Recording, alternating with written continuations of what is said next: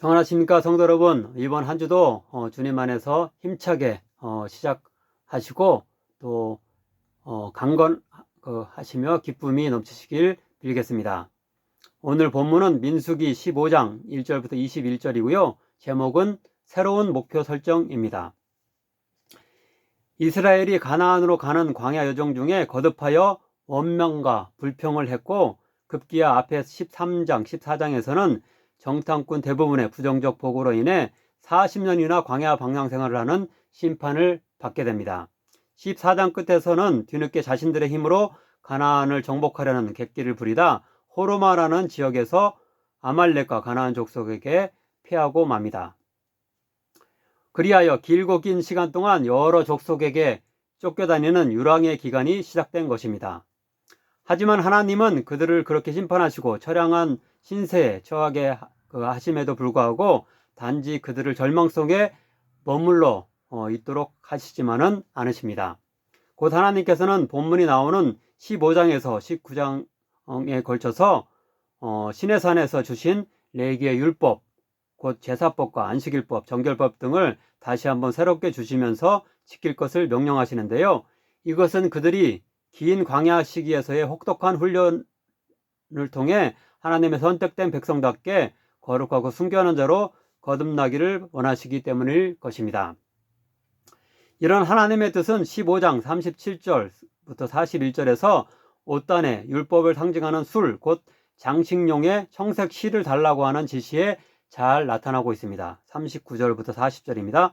이 술은 너희가 보고 여호와의 모든 계명을 기억하여 준행하고 너희를 방종하게 하는 자신의 마음과 눈의 욕심을 따라 음행하지 않게 하기 위함이라. 그리하여 너희가 내 모든 계명을 기억하고 행하면 너희의 하나님 앞에 거룩하리라. 특별히 본문은 그들이 그런 혹독한 훈련 기간을 통과하면 반드시 가나안 땅에 들어갈 것이라는 점을 전제하면서 제사에 관한 율법을 주시는데요. 즉 2절부터 3절 그리고 18절부터 19절입니다. 이스라엘 자손에게 말하여 그들에게 이르라. 너희는 내가 주어 살게 할 땅에 들어가서, 여기 땅은 가나안 땅입니다.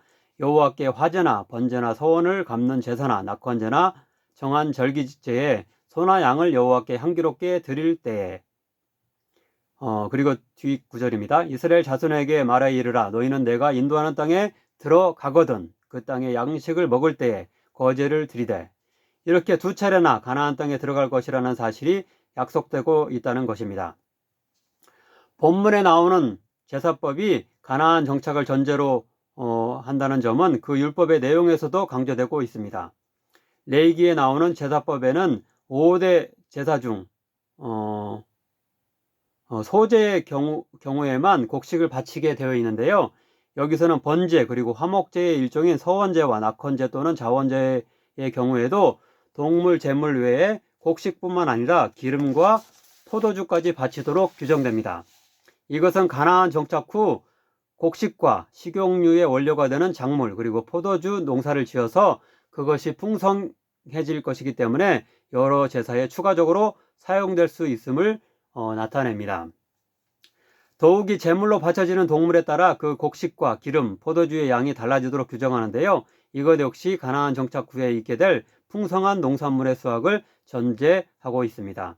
구체적으로 말하면 어린 양의 경우는 곡식의 고운 가루 10분의 1 에바, 그리고 그것에 기름 4분의 1 흰을 섞은 덩어리를 소제, 곧 곡식 제물로, 그리고 포도주 4분의 1 흰을 전제, 곧 붓는 방식의 제물로 바치고요. 순양의 경우는 그것보다 많은 10분의 2 에바에 기름 3분의 1 흰을 섞은 덩어리를 소제로, 그리고 포도주 3분의 1 흰을 바칩니다. 이렇게 앞에 어린 양의 경우보다 여기서는 순양의 경우에도 더 많아지는 걸 볼 수 있고요. 또 더 귀한 큰 제물이라고 할 수 있는 수송아지 경우는 더 그 양들도 늘어납니다. 그래서 고운 가루 10분의 3 에바를 소재로 바치고, 그리고 포도주 2분의 1 흰을 전제로 바치게 되어 있습니다. 이렇게 상세하게 농산물에 대한 제물에 대해서 규정이 이렇게 나뉘어서 나올 수 있는 것은 앞에서 말씀드린 대로 가나안 땅에 들어가서 농사를 지을 것이라는 점을 전제하면서 강조한다고 말할 수 있습니다. 17절 그리고 17절부터 21절에 나오는 처음 수확한 곡식으로 만든 떡을 거제 곧 들어올리는 방식으로 바치라는 규정 역시 가나안 정착과 농사를 지을 수 있다는 점을 강조하는 역할을 한다고 말할 수 있습니다. 마지막으로 13절부터 16절까지의 이스라엘 순수 혈통의 백성뿐만 아니라 그들 중에 임시적으로 또는 장기적으로 함께 사는 타국인이나 거류자도 그러한 제사법을 지켜야 한다고 명령하는 규정 역시 이스라엘 백성이 가나안에 단순히 정착할 뿐만 아니라 자원이 풍부하고 강성한 나라를 이루어서 정복된 이방인이나 생계를 위해 찾아온 이방인들이 함께 살게 될 것임을 암시하고 있습니다. 이렇게 하나님은 가나안 근처 바란 광야 가데스 지역까지 왔지만 정탐꾼들의 부정적 보고와 백성들의 동요와 반역으로 인해서 심판받은 이스라엘에 대해서 새로운 목표를 설정해 주시는데요. 그것은 곧 너희들이 레위기에서 이미 주신 준 율법을 잘 지키는 훈련을 하면은 40년 뒤에는 반드시 가나안 땅에 들어갈 수 있을 것이다 라는 약속입니다. 우리들 역시 실패 가운데 방황하고 있지는 않습니까? 아무쪼록 내 부족함이 무엇인지를 철저히 반성해보며 하나님의 말씀에 더욱 순종함을 통해 하나님의 본래 주시려 한 약속을 받아 누릴 수 있는 우리들 되기를 간절히 축원합니다. 기도하겠습니다. 사랑의 하나님, 실패하고 좌절 가운데 있는 이스라엘 백성에게 새로운 목표를 설정해 주심을 통해 다시금 소망을 가질 수 있게 해주시는 이야기를 듣게 하시니 감사드립니다.